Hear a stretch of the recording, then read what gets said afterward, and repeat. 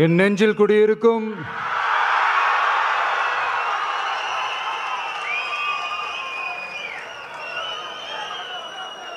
என்னுடைய தோழர்களுக்கும் தோழிகளுக்கும் தமிழக மக்களுக்கும் என்னுடைய வணக்கம்.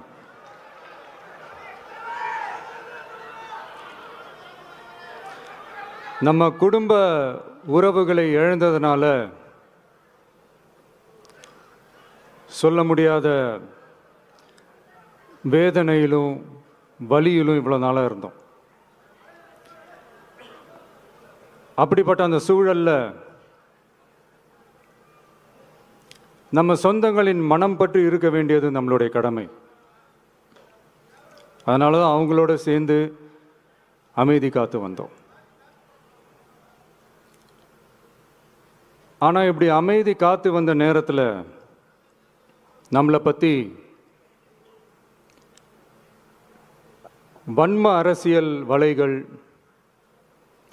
அர்த்தமற்ற அவதூறுகள்னு இந்த மாதிரி நிறையா விஷயங்கள் நம்மளை பற்றி பின்னப்பட்டன, பரப்பப்பட்டன. இது எல்லாமே சட்டம் மற்றும் சத்தியத்தின் துணை கொண்டு துடைத்து எறிய தான் போகிறோம்.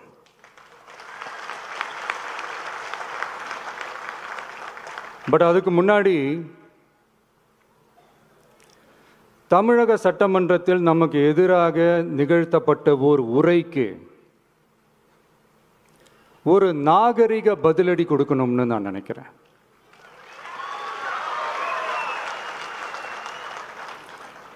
அரசியல் செய்ய விருப்பமில்லை, அரசியல் செய்ய விருப்பமில்லைன்னு அடிக்கடி சொல்ற முதல்வர் நம்மளை குறிப்பிட்டு பல்வேறு அவதூறுகளை பதிவு செய்வதன் வாயிலாக பெருந்தன்மையை பேரளவில் மட்டுமே பேசும் முதல்வர் 15/10/2025 அன்னைக்கு தமிழக சட்டமன்றத்தில் நமக்கு எதிராக பேசிய பேச்சில் எவ்வளவு வன்மத்தை கக்கியுள்ளார் என்பதையும்,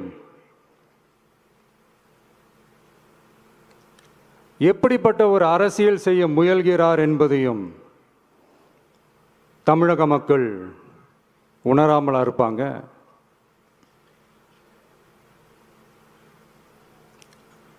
இந்த கரூரோட சேர்ந்து 5-6 மாவட்டத்துக்கு இந்த மக்கள் சந்திப்பு நிகழ்ச்சிகள்லாம் நடத்தியிருக்கிறோம், போயிருக்கிறோம். அங்கெல்லாம்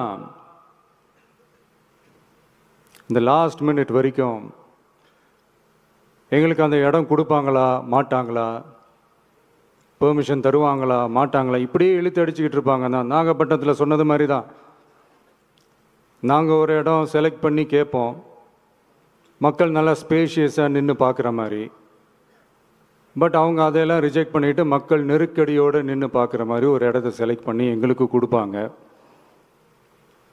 இது டிஃபால்ட்டாக எல்லா இடத்துலையும் இந்த ஒரு ஆர்கியூமெண்ட் நடந்துகிட்ருக்கோன்னு வைங்க. அது மட்டும் இல்லை, இந்தியாவிலேயே எந்த ஒரு அரசியல் கட்சி தலைவருக்கும் கொடுக்கப்படாத கண்டிஷன்ஸ். பஸ்ஸுக்குள்ளேயே இருந்து பார்க்கணும், மேலே கை காட்டக்கூடாது, இப்படிலாம் ஒரு அதீத கட்டுப்பாடுகளை கொடுத்த உடனே எங்கள் சைட்லேருந்து ஒரு அறிக்கையும் வெளியிட்டோம். அது மட்டும் இல்லை, தமிழக வெற்றி கழகம் சார்பாக அனைத்து கட்சிகளுக்கும் சமமாக ஒரு முறையான ஒரு பொது வழிகாட்டு முறைகள், SOPஸ்ன்னு சொல்லுவாங்க, அதையும் வழங்கணும்னு சொல்லி உயர்நீதிமன்றத்தையும் நாடி இருக்கணும். இதுவும் தமிழக மக்கள் உணராமலா இருப்பாங்க? இப்படி ஒரு அரசியல் காழ்ப்புடன், நேர்மை திறனற்று நம்மளை பற்றி குற்றம் சாட்டியுள்ள குறுகிய மனம் கொண்ட முதல்வர் அவர்களுக்கு ஒரு சில கேள்விகள். உச்சநீதிமன்றத்தில், அதாவது 13/10/2025 அன்னைக்கு உச்சநீதிமன்றத்தில் நடந்த அந்த விவாதங்களை வைத்தும் அந்தந்த உத்தரவுகளை வைத்தும் இந்த கேள்விகள். இப்படி பொய் மூட்டைகளாக நம்மளை பற்றி இந்த அவதூறுகளை அவிழ்த்து விட்ட முதல்வர் அவர்களுக்கும் திமுக அரசுக்கும் சார்பாக கோடிகளை கொட்டி அமர்த்தப்பட்ட அறிவார்ந்த வழக்கறிஞர்கள் அவங்க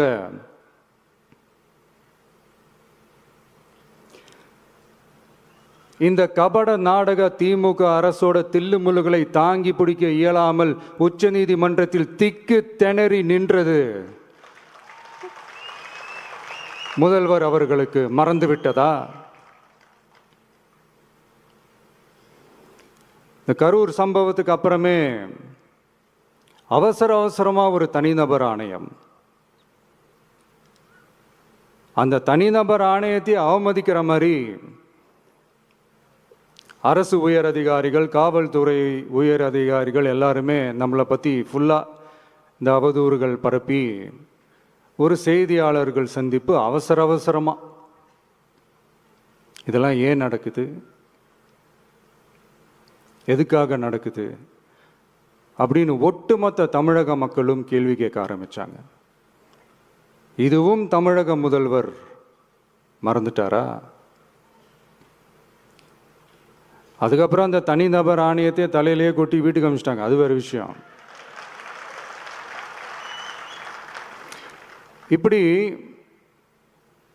இப்படிலாம் கேள்வி கேட்ட உடனே ஏதாவது பதில் சொல்லி ஆகணும்ல. அதனால சட்டமன்றத்தில் பேசும்போது உண்மை நிலையை தெளிவுபடுத்தத்தான்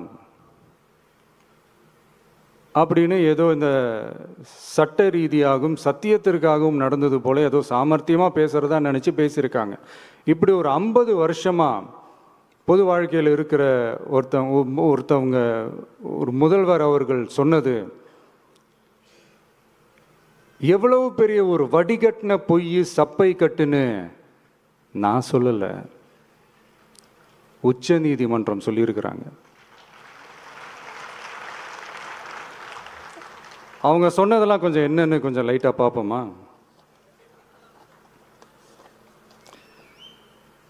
The comments which have been made before the media by the top officers of the police department may create doubt in the minds of the citizenry on impartiality and fair investigation. The faith and trust of the general public on the process of investigation must be restored in the criminal justice system. அதாவது அரசு காவல் உயர் அதிகாரிகள் ஊடகங்களிடம் பேசியது என்பது பொதுமக்களிடையே நியாயமான விசாரணை நடக்குமா என்ற சந்தேகத்தை ஏற்படுத்தக்கூடும் என்றும்,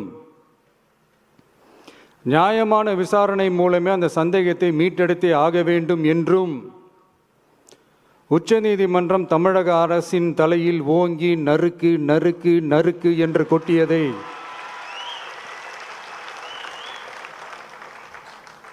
முதல்வர் அவர்கள் மறந்துட்டாரா?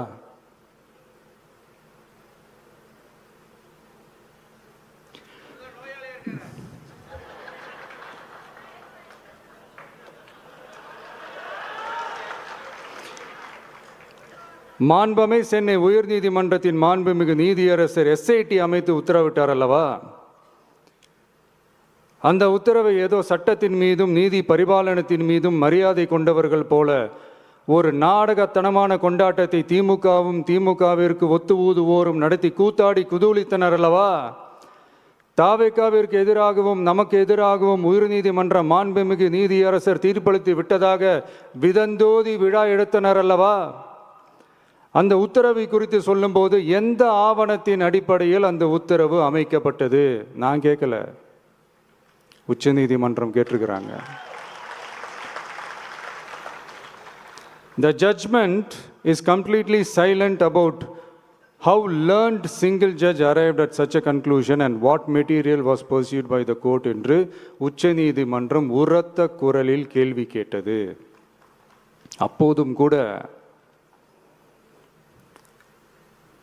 உச்சநீதிமன்றத்தில் திமுக அரசுக்காக வாதாடிய அறிவார்ந்த மூத்த வழக்கறிஞர்கள் பதில் சொல்ல இயலாமல் வாய் மூடி மௌனம் காத்ததை நாடே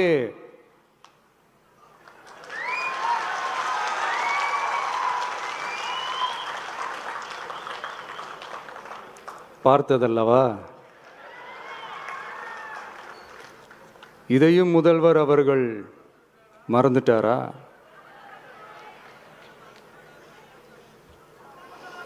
Such petition ought to be dealt with by the division bench, registering as public interest litigation in right earnest and not to be dealt with by a single bench. அதாவது பொது வழிகாட்டு முறைகளான SOP அமைக்கப்பட்டு வெளியிட வேண்டும் என்ற கோரிக்கையுடன் வந்த ரிட் மனுவை நீதிபதிகள் டிவிஷன் பெஞ்ச் தான் கையாள வேண்டும்,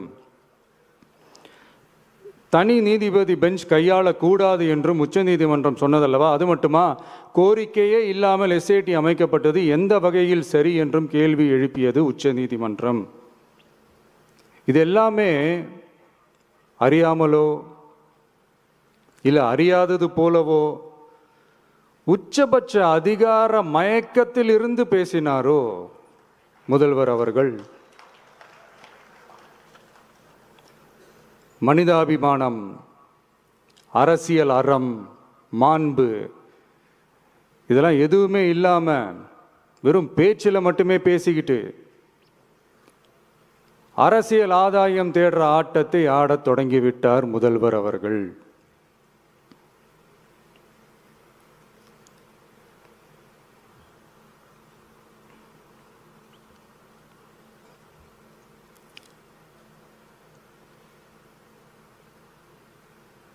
இதெல்லாம் என்ன அவங்களுக்கு புதுசா? என்ன 1969க்கு அப்புறமே எப்போ கட்சி அவங்க கைக்கு வந்ததோ, இன்னும் குறிப்பாக சொல்லணும்னா 1972க்கு அப்புறம் கேள்வி கேட்க ஆளே இல்லாமல் போச்சுல்ல, அதுக்கப்புறமே இந்த திமுக தலைமை இப்படி தானே இருக்குது. இப்போ நாங்கள் கேட்டோமே இந்த சில கேள்விகள்லாம், இதெல்லாம் நான் கேட்கல, சுப்ரீம் கோர்ட் கேட்டிருக்கு. இதனால் என்ன புரிய வருது? இந்த கவர்மெண்ட் நடத்துகிற அந்த விசாரணை மேலே சந்தேகம் ஏற்படுதுன்னா அதுக்கு என்ன அர்த்தம்? உங்கள் மேலே நம்பிக்கை இல்லைன்னு அர்த்தம்.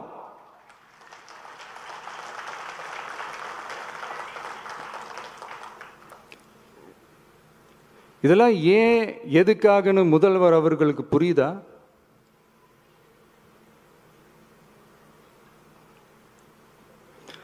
சுப்ரீம் கோர்ட் சொன்னதோட மட்டும் இல்லை, நிஜத்திலும் இன்னைக்கு மக்களுக்கு இந்த கவர்மெண்ட் மேலே இருக்கிற நம்பிக்கை மொத்தமாக மண்ணுக்குள் புதைந்து விட்டது. இதுவாவது முதல்வர் அவர்களுக்கு புரியுதா? புரியலனா 2026 தேர்தலில் இந்த திமுக தலைமைக்கு மக்கள் இன்னும் ஆழமா அழுத்தமா புரிய வைப்பாங்க.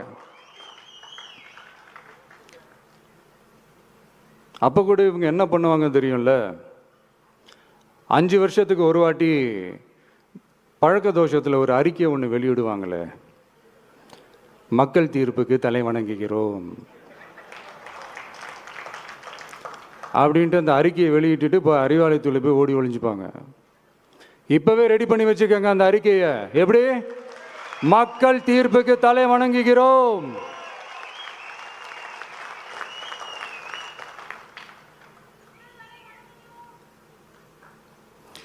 நான் போன பொதுக்குழுவில் சொன்னதை தான் இங்கே நான் திரும்பவும் சொல்கிறேன். இயற்கையும் இறைவனும் நம் தமிழக சொந்தங்களின் வடிவில் மாபெரும் மக்கள் சக்தியை நம்ம கூடவே நிற்கும் போது எம் மக்களுக்கான அரசியலை தடுப்பவர் எவர்? அதனால தோழர்களே, நமக்கு வந்திருக்கிற இந்த இடையூறு வெறும் டெம்பரவரி மட்டும்தான். எல்லாத்தையும் தகர்த்தெறிவோம், மக்களோட கை கோர்த்து நிற்போம், மக்களோட களத்தில் போய் நிற்போம். நம்ம பயணத்தில் தடம் மாறவே மாட்டோம். இப்பவும் சொல்றேன், 2026ல் 2 பேருக்கு நடுவில் தான் போட்டியே. ஒன்று, இன்னொன்று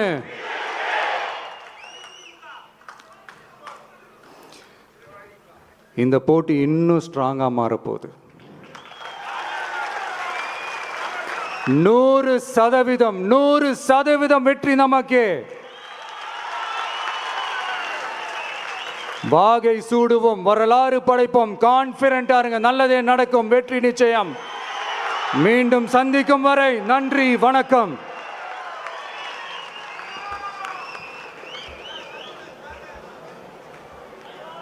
வெற்றி தலைவருக்கு ஒரு அரங்கம் நிறைந்த கரவொலியை பரிசாக தருவோம். 2026ல் வெல்வோம். நன்றியுரை வழங்குவதற்காக கொள்கை பரப்பு இணை செயலாளர் தாகிர் அவர்கள்.